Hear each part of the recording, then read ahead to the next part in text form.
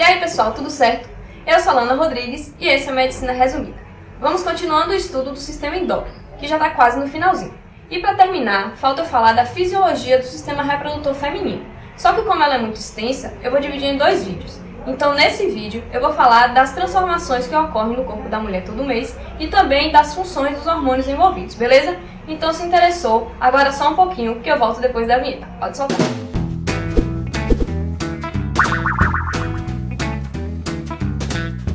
Bom, galera, a função reprodutora feminina é um pouco mais complexa do que a masculina. Isso porque ela é dividida no período de preparação do corpo da mulher para a gravidez e no período da gravidez em si. E eles são totalmente influenciados pelas variações hormonais que ocorrem ao longo do tempo. O corpo da mulher todo mês se prepara para a gravidez. Isso porque nossa finalidade como seres vivos é a reprodução, é dar continuidade à espécie. Então, nesse vídeo, eu vou falar sobre essa preparação, certo? Bom, a mulher, diferente do homem, tem um período fértil limitado, que vai da menarca, que é a primeira menstruação, que ocorre por volta dos 12 anos de idade em média, até a menopausa, a última menstruação, que em média ocorre aos 46 anos. Esse período é considerado reprodutivo devido à capacidade que a mulher tem de desenvolver os folículos primordiais e liberar os óvulos que podem ou não ser fecundados. A mulher já nasce com uma certa quantidade de folículos primordiais para serem desenvolvidos, porém, alguns deles se degeneram e na puberdade restam cerca de 300 a 400 mil, depende da referência. Então vamos entender melhor como é que ocorre a formação desse folículo. Bom, no período embrionário, uma parte das células germinativas primordiais, que vão formar os ovários, se dividem e formam as ovogônias. Mais ou menos no 3º mês, elas entram em divisão meiótica e param na primeira fase, dando origem aos ovócitos primários. E antes do 7º mês, todas essas ovogônias já viraram ovócitos primários. Claro que nem todos eles vão ser desenvolvidos. Alguns deles são degenerados num processo chamado de atresia. Os que sobram são envolvidos por células foliculares ou células da granulosa. Aí passam a ser chamados de folículos ovarianos primordiais, que já vão estar presentes ao nascimento. Só para ter certeza que você entenda o que é o folículo. O folículo é o ovócito com as células foliculares ou células da granulosa envolvendo todo ele. Bom, isso ocorre na vida intrauterina. E esses folículos primordiais ficam inativos durante toda a infância da mulher, até que na puberdade, os hormônios hipofisários LH e FSH começam a ser liberados e levam ao início dos ciclos sexuais mensais. E aí ocorrem 2 eventos: o desenvolvimento dos folículos até a liberação do óvulo, que é o ciclo ovariano, e as alterações do endométrio, que culminam na menstruação, que é o ciclo menstrual. Esses eventos ocorrem concomitantemente, ao mesmo tempo. Porém, para ficar mais fácil de entender, eu vou falar deles separados, beleza? Começando pelo ciclo ovariano. Bom, para o óvulo ser liberado, o folículo tem que se desenvolver e isso ocorre a partir do crescimento folicular, que é influenciado pelo FSH, o hormônio folículo estimulante. A ação desse hormônio faz com que cerca de 6 a 12 folículos iniciem o seu crescimento, mas não se sabe qual é o critério de escolha para esses folículos se desenvolverem. No início do processo, o ovócito cresce rapidamente e depois as células foliculares aumentam de tamanho e se dividem, formando uma única camada de células cuboides, dando origem ao folículo primário unilaminar, já que só tem uma camada. Essas células continuam se proliferando e formam o folículo primário multilaminar, ou folículo pré-antral. E, ao mesmo tempo, uma camada espessa, composta por glicoproteínas, chamada de zona pelúcida, é formada e envolve todo o ovócito. A partir daí, os folículos vão crescendo e as células foliculares produzem o líquido folicular, que é cheio de estrogênio. E ele vai ocupando o espaço entre as células foliculares, vai se tornando cada vez maior e forma um espaço chamado de antro folicular, originando os folículos secundários, ou também chamados de folículos antrais. Uma parte das células foliculares envolve o ovócito, formando a corona radiata. A camada de células que formam o estroma se modifica e forma a teca folicular, que é dividida em duas: a teca interna, produtora de estrogênio e progesterona, e a teca externa, que passa a ser a cápsula do folículo em desenvolvimento e é formada por tecido conjuntivo bem vascularizado. Bom, geralmente, durante o ciclo ovariano, um folículo cresce mais que os outros, que é o chamado folículo dominante. E quando ele chega ao máximo do desenvolvimento, ele é chamado de folículo maduro, ou pré-ovulatório, ou de Graafi. E é justamente esse quem vai liberar o óvulo. Os outros que estavam se desenvolvendo entram em atresia, ou seja, param de crescer e involuem.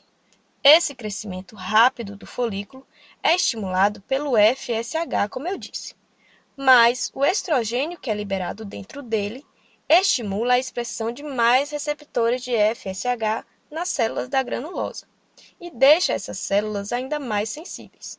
Aí você pensa, e o LH? Bom, o LH também influencia, mas é em bem menor proporção do que o FSH, certo? Pronto. E aí, finalmente, ocorre a liberação do óvulo, num processo denominado de ovulação. Esse processo ocorre no 14º dia de um ciclo sexual de 28 dias. E o que ocorre é a ruptura do folículo e liberação do ovócito ou óvulo que estava em seu interior. Para essa ruptura ocorrer, é necessária a presença do LH. Na verdade, o LH é necessário tanto para o crescimento folicular final, como para essa ruptura. Cerca de 2 dias antes da ovulação, a secreção de LH aumenta muito e atinge um pico horas antes. A secreção do FSH também aumenta, mas não é na mesma proporção. Então, o aumento do LH é bem mais expressivo e eles agem juntos para promover a dilatação do folículo. O LH também estimula as células da granulosa e as células da teca a produzir progesterona. Ou seja, agora a secreção do estrogênio começa a cair e a de progesterona começa a aumentar. A partir daí, a teca externa começa a liberar enzimas proteolíticas dos lisossomos, causando dissolução da parede, fazendo mais dilatação do folículo. E associada a isso, vários vasos sanguíneos crescem e são secretadas prostaglandinas, o que faz a ruptura do folículo e, consequentemente, a liberação do óvulo. Bom, mas pode ocorrer de um ciclo não liberar o óvulo, e aí ele é chamado de ciclo anovulatório. Isso provavelmente se deve a um pico de LH insuficiente. Essa fase que eu acabei de descrever é chamada de fase folicular, mas tem uma segunda fase do ciclo, que é a fase lútea, ou seja, a formação do corpo lúteo. Após a liberação do óvulo, as células da granulosa e da teca interna sofrem um processo chamado de luteinização e se transformam em células luteínicas, células com conteúdo lipídico maior e por isso são mais amareladas. A palavra luteinização te lembrou algum hormônio?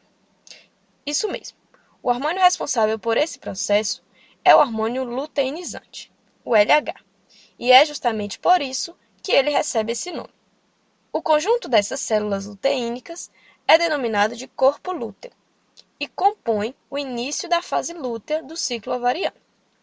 As células da granulosa no corpo lúteo começam a produzir grande quantidade de hormônios sexuais femininos, progesterona e estrogênio, principalmente progesterona, que é secretada em maior quantidade. E as células da teca produzem os androgênios, androstenediona e testosterona. Contudo, a maioria deles é convertida pela aromatase presente nas células da granulosa em estrogênios. Bom, após cerca de 8 dias, o corpo lúteo chega no auge de seu desenvolvimento e depois vai perdendo sua composição lipídica e, consequentemente, a cor amarelada. E após 12 dias da ovulação, e vamos ver na frente 2 dias antes da menstruação, ele se torna totalmente branco, recebendo o nome de corpo albicans, que depois é substituído por tecido conjuntivo e é absorvido. O processo de involução do corpo lúteo ocorre devido à redução das concentrações de LH e FSH proporcionadas pelo feedback negativo da progesterona e principalmente do estrogênio na hipófise anterior, que reduz a liberação dos hormônios gonadotróficos. Com essa redução de LH, o corpo lúteo se degenera e deixa de secretar progesterona e estrogênio. E aí surge a menstruação. Isso retira o feedback negativo sobre a hipófise, que começa a liberar grandes quantidades de LH e FSH. Eles darão início ao crescimento de novos folículos e o ciclo ovariano se reinicia. Entendido? Bom, mas como eu disse antes, existe um outro ciclo ocorrendo ao mesmo tempo que essa produção de progesterona e estrogênio pelos ovários. E eu estou falando do ciclo menstrual, onde ocorrem as mudanças no endométrio. Esse ciclo é dividido em 3 fases, uma proliferativa, uma secretória e uma de descamação. A fase proliferativa é marcada pela elevada taxa de secreção de estrogênio, por isso é também chamada de fase estrogênica, e ela ocorre antes da ovulação. Essa fase marca o início do ciclo menstrual, e ele começa após uma descamação, ou seja, menstruação, prévia do endométrio, que deixa apenas uma fina camada de estroma endometrial e poucas células epiteliais. Esse período equivale à primeira fase do ciclo ovariano, onde os ovários secretam grande quantidade de estrogênio que estimulam a proliferação das células epiteliais e do estroma endometrial, causando uma reepitelização da superfície do endométrio em até 7 dias após o início da menstruação. Essa proliferação continua até alguns dias antes da ovulação, causando o crescimento de glândulas endometriais, das células do estroma e dos vasos sanguíneos. Nessa fase, respondendo ao estrogênio, o colo do útero secreta um muco levemente alcalino, fino e aquoso, que ajuda a entrada do espermatozoide no útero. Aí ocorre a ovulação, e o corpo lúteo passa a secretar grande quantidade de progesterona e estrogênio.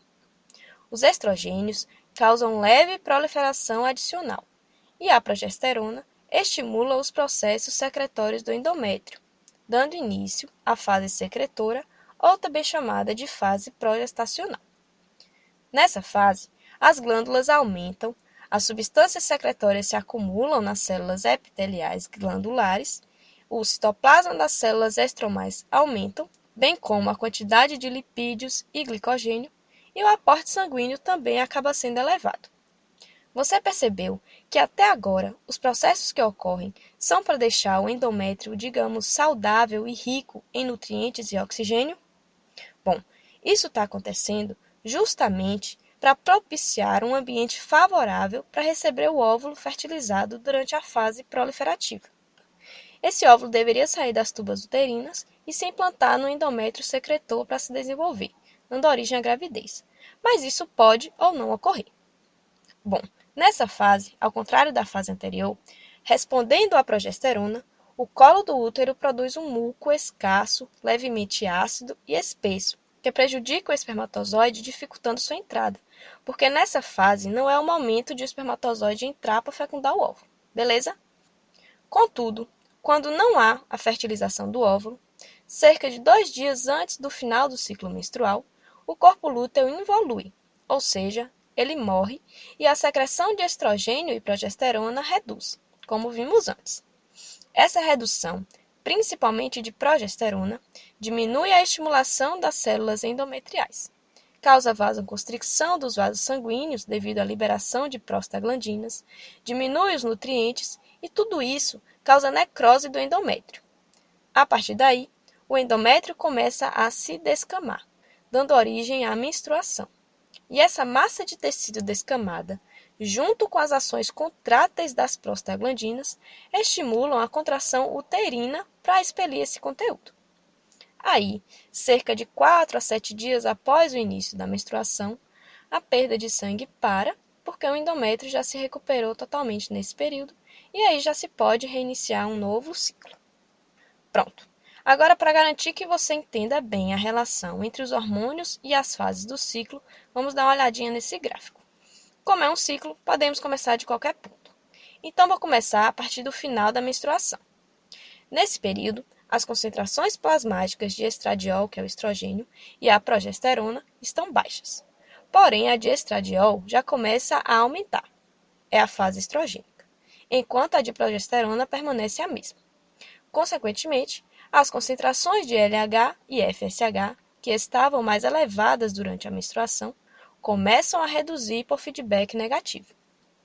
A secreção de estradiol continua a aumentar, e cerca de 2 dias antes da ovulação, ocorre um efeito de feedback positivo do estradiol com relação ao LH, e a secreção do hormônio luteinizante se eleva bruscamente, atingindo um pico horas antes da ovulação. Nesse momento, também há um aumento do FSH e aumento discreto da progesterona, que até então tinha uma secreção basal. Após a ovulação, a concentração de estradiol sofre uma queda, mas continua sendo liberado, só que em menor quantidade, principalmente pela conversão pela aromatase. E a de progesterona aumenta pela secreção do corpo lúteo, dando origem à fase progestacional. Por feedback negativo, as concentrações de LH e FSH caem, o corpo lúteo involui e a secreção de estradiol e progesterona reduzem muito, dando origem à menstruação, período onde a secreção de LH e FSH começam a aumentar novamente para iniciar um novo ciclo ao final da menstruação. Beleza, galera? Pronto. Então, entendidos os ciclos, vamos agora saber um pouco mais sobre esses hormônios ovarianos, os estrogênios e a progesterona. Bom, na mulher não grávida, os estrogênios são secretados quase exclusivamente pelos ovários, e existem 3 tipos deles presentes no plasma: o beta-estradiol, o estrona e o estriol, sendo o principal secretado pelos ovários o beta-estradiol, que é também o mais potente. Ainda na mulher não grávida, a progesterona é secretada apenas pelo corpo lúteo. Quando a mulher engravida, grande quantidade desses 2 hormônios vão ser secretados pela placenta. Quanto à síntese deles, pode-se dizer que a produção dos estrogênios depende da síntese da progesterona e dos andrógenos. Isso porque os estrogênios são formados a partir da conversão pela aromatase presente nas células da granulosa durante a fase folicular do ciclo ovariano. Na fase lútea, a produção de progesterona é muito maior que a capacidade de conversão, por isso que nessa fase a quantidade de progesterona é maior. Bom, ambos os hormônios são lipossolúveis, portanto, eles devem ser transportados no sangue por proteínas plasmáticas, a albumina e, em maior quantidade, a globulina de ligação específica a estrogênio e a progesterona. Quanto ao metabolismo, os estrogênios são convertidos no fígado em estriol, um tipo quase que impotente, e são conjugados para serem eliminados na bile e na urina. Da mesma forma, a progesterona é degradada no fígado e é excretada na urina. Bom, e as ações fisiológicas desses hormônios? Vamos começar pelos estrogênios. Eles são responsáveis por conferir à mulher suas características sexuais primárias e secundárias. São responsáveis por dar o corpo feminino, digamos assim. Quando começam a ser liberados na adolescência, eles induzem o aumento do tamanho da vagina, do útero, das trompas uterinas e dos ovários, além do aumento de gordura no monte pubiano e nos grandes lábios, deixando a genitália externa também maior. Eles deixam o epitélio vaginal mais resistente, mudando de cuboide para estratificado, desenvolve as glândulas do endométrio e prolifera seu estroma. Tem esse mesmo efeito na mucosa das trompas e aumenta a atividade das células ciliadas. Outra ação importante é sobre a mama feminina. As características das mamas das mulheres são constituídas em maior parte pela ação desses estrogênios. Eles desenvolvem os tecidos estromais das mamas, estimulam o crescimento dos ductos, promovem o depósito de gordura e o desenvolvimento parcial dos lóbulos e dos alvéolos, porque quem determina o crescimento e a função deles é a progesterona e a prolactina, que a gente vai ver mais lá na frente. Além disso, tem um efeito protetor nos ossos, já que inibe a atividade osteoclástica, promovendo o crescimento ósseo. Contudo, também promove o fechamento das epífises, diminuindo o tempo de crescimento. Esse efeito sobre os ossos é tão importante que na menopausa, quando os ovários deixam de produzir estrogênios, a mulher fica com o maior risco de adquirir osteoporose. Esse hormônio promove o depósito de gordura além das mamas, nas coxas, glúteos e tecidos subcutâneos, dando às mulheres aquele corpo de pera, quando a deposição é maior. Aumenta a deposição de proteínas, à medida que promove o crescimento dos órgãos sexuais, causa a retenção de sódio e água, porém esse efeito é mais importante na gravidez, quando essa secreção é bem maior, e deixa a pele mais macia e lisa, e não tem efeitos sobre a distribuição de pelos. E os efeitos da progesterona? Bom, a função mais importante dela é promover as alterações secretórias do endométrio uterino na última metade do ciclo, preparando o útero para a implantação do óvulo. Além disso, diminui a frequência e intensidade das contrações uterinas. Resumindo, ele age para manter o embrião no útero. Promove a secreção de substâncias nutritivas pelas tubas uterinas e o desenvolvimento dos lóbulos e alvéolos das mamas, por meio da proliferação e aumento das células alveolares, além de promover o inchaço das mamas, mas não faz com que elas secrete leite. Quem faz isso é a prolactina, que a gente vai ver no próximo vídeo. E a regulação disso tudo? Como é que ocorre? Claro que vai ter a mãozinha do hipotálamo, né? Então, o hipotálamo secreta o GnRH, hormônio liberador de gonadotrofinas. Esse hormônio é liberado de forma pulsátil, a partir da puberdade, e ele faz com que a hipófise secrete o LH e o FSH. Esses dois hormônios, como já vimos, vão estimular a secreção de estrogênio e progesterona, que vão agir numa alça de feedback negativo sobre o hipotálamo, e principalmente sobre a hipófise, reduzindo a liberação de LH e FSH. E um outro hormônio que exerce o efeito de feedback negativo é a inibina, liberada pelo corpo lúteo, que inibe a secreção das gonadotrofinas, principalmente no final do ciclo. E aí, não podemos esquecer do feedback positivo realizado pelo estrogênio com relação ao LH, que ocorre horas antes da ovulação. Certo? Pronto, galera. Esse assunto é bem extenso, cheio de detalhes, mas eu tentei colocar aqui os pontos mais importantes, tá certo? Próximo vídeo a gente fala sobre gravidez e lactação.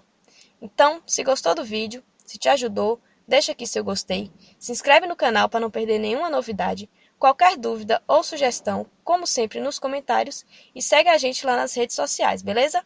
Um grande abraço e até a próxima!